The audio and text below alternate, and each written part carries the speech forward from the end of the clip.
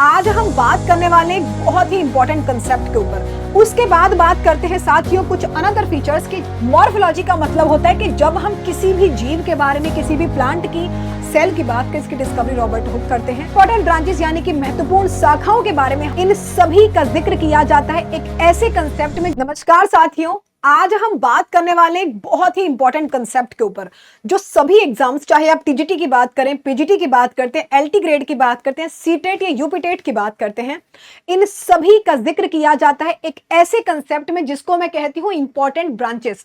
और important branches यानी कि महत्वपूर्ण शाखाओं के बारे में हमसे बहुत सारे क्वेश्चन हमारे एग्जाम में पूछे जाते हैं। जैसे कि आप बात करते हैं मॉर्फोलॉजी की। मॉर्फोलॉजी का मतलब क्या होता है साथियों?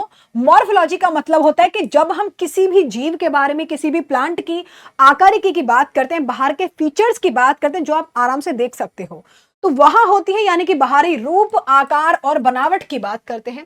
और जब आप बात करते हैं अनाटमी की, अनाटमी का मतलब है कि आप ऑर्गन्स की बात कर रहे हैं। फॉर एग्जांपल आप किडनी की बात कर रहे हैं, आप हार्ट की बात कर रहे हैं, आप लिवर की बात करें, तो उसको आंतरिक संरचना का जो भी अध्ययन होगा वो अनाटमी के अंदर आ रहा है।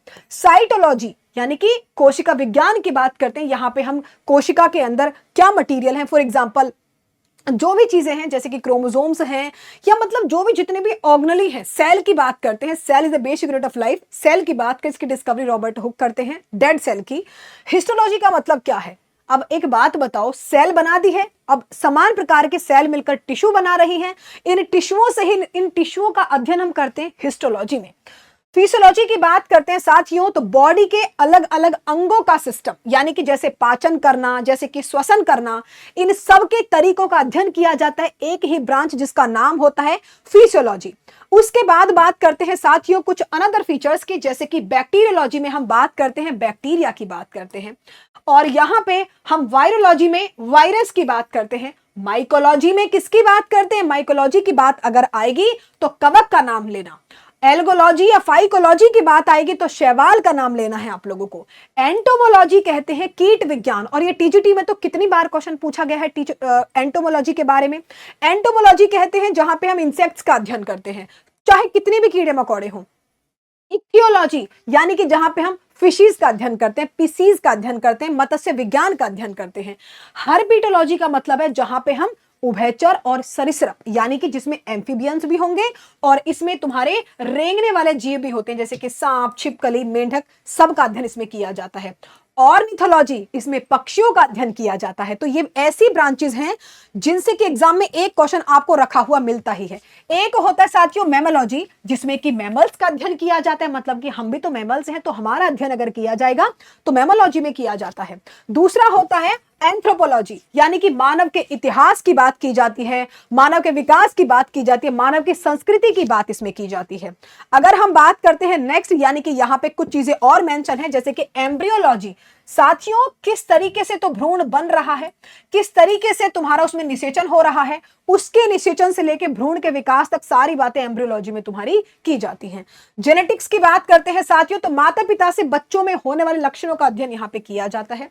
इवोल्यूशन, किस तरीके से इंसान का विकास हो रहा है, पृथ्वी पर जीवन की उत्पत्ति कैसे हुई है, इस सब का वर्णन किया जाता है इवोल्यूशन में। पीलियोबॉटनी, जहां पे जीवाश्म का अध्ययन किया जाता है, जैसे कि डायनासोर कैसे थे, आर्कियोप्टेरिक्स कैसा था, उसका अध्ययन किया जाता है तुम्हारा पैलेंटोलॉजी में, जीवाश्म विज्ञान में। नेक्स्ट बात कर सकते हैं जैसे कि साथियों टेक्सोनॉमी, दुनिया भर के जो नामकरण है, जैसे कि आपको कहीं फॉर एग्जांपल कोई भी एक नाम है, घर में कुछ और कहते हैं, बाहर कुछ और है, स्कूल में कुछ और है, एक इसलिए इसको कहा गया है टेक्सोनॉमी, जहां पे हम नामकरण की बात करते हैं, क्लासिफिकेशन की बात करते हैं। इकोलॉजी, अपने आसपास के पर्यावरण की बात करते हैं, है ना। उसके बाद कुछ और ब्रांचेस यहाँ पे हैं, जैसे कि ऑस्टियोलॉजी, जहां पे आप अपनी बोन्स का अध्ययन कर सकते हैं। हिमेटोलॉजी, ब्लड ग्रुप, यानी कि ब्लड देखना, ब्लड ग्रुप करना, ब्लड से जुड़ी जितनी भी डिजीज है उनका अध्ययन करना। न्यूरोलॉजी, जहां पे दिमाग, रीढ़ की हड्डी और तंत्रिका तंत्र का अध्ययन किया जाता है। कार्डियोलॉजी, कार्डियो नाम से समझ में आ रहा है, जहां पे हार्ट से रिलेटेड सारी स्टडी की जाती है। कार्डियोलॉजी ये हो गया। नेफ्रोलॉजी हो गया साथ ही नेफ्रोलॉजी, जहां पे किडनी की बात की जाती है, क्योंकि किडनी की स्ट्रक्चर बेसिक यूनिट कौन हुई? नेफ्रॉन्स होते हैं, मिलियंस में होते हैं ये।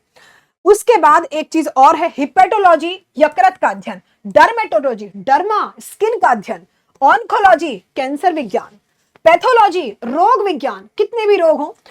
इम्यूनोलॉजी, प्रतिरक्षा विज्ञान, ठीक है, जो भी डिजीज हो रही है उन सब का अध्ययन यहाँ किया जाता है। एक चीज और, बायोकेमिस्ट्री, यानी कि यहाँ पे जीव के शरीर में होने वाली जो भी रासायनिक क्रियाएं हैं, जैसे कि पचना, ऊर्जा कैसे बन रही, उन सब का जिक्र किया जाता है।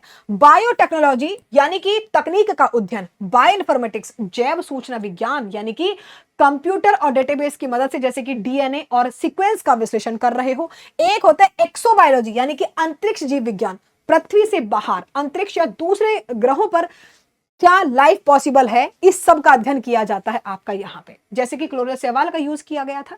तो इतनी सब बातें डिस्कस हो चुकी हैं, मैंने यहाँ पे आज आपको जितनी भी ब्रांचेस हैं उन सबको डिस्कस करवाया। कमेंट सेक्शन में बताना कि ये वीडियो आपको कितनी हेल्पफुल लगी, और सभी एग्जाम्स में से क्वेश्चन आते हैं तो इसलिए मिस मत करना एक सिंगल पॉइंट भी। धन्यवाद।